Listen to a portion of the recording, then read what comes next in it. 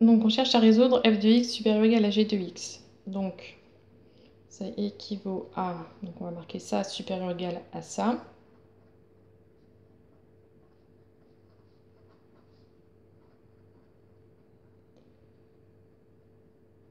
Donc, il faut absolument avoir un 0 à droite dans le membre de droite. Donc, on va tout passer dans le membre de gauche. Donc, 2x au carré, ça fait moins 2x au carré.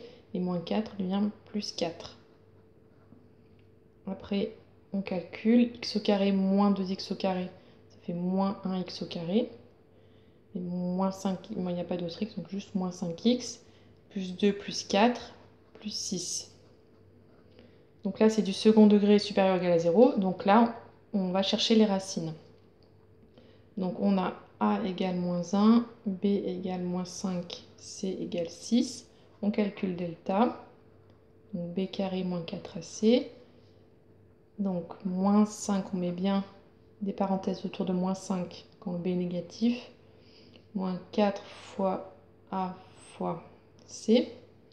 Donc 25, 2 moins, donc plus 24 égale 49. Donc delta est positif. Donc il y a 2 racines.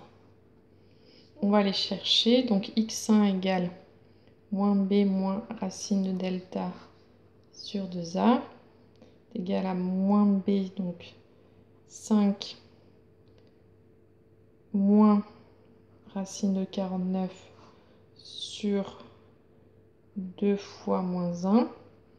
Donc 5 moins 7 sur moins 2. 5 moins 7, ça fait moins 2 sur moins 2. Donc 1.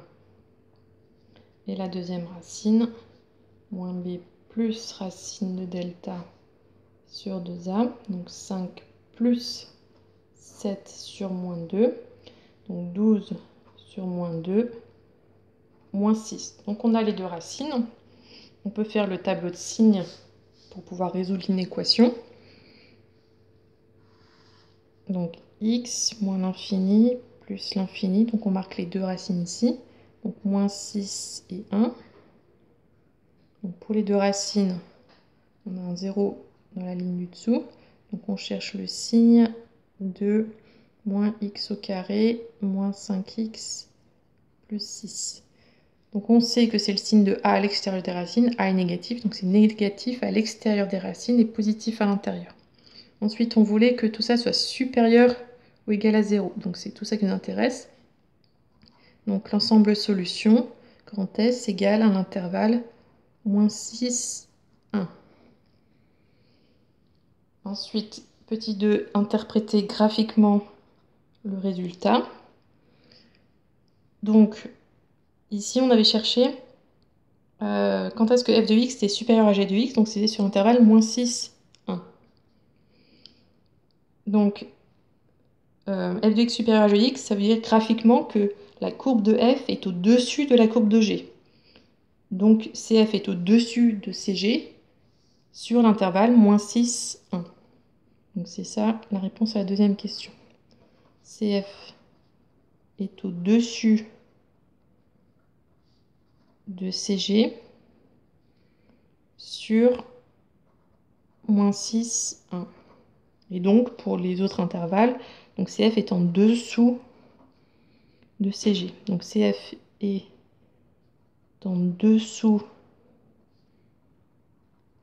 de CG sur moins l'infini moins 6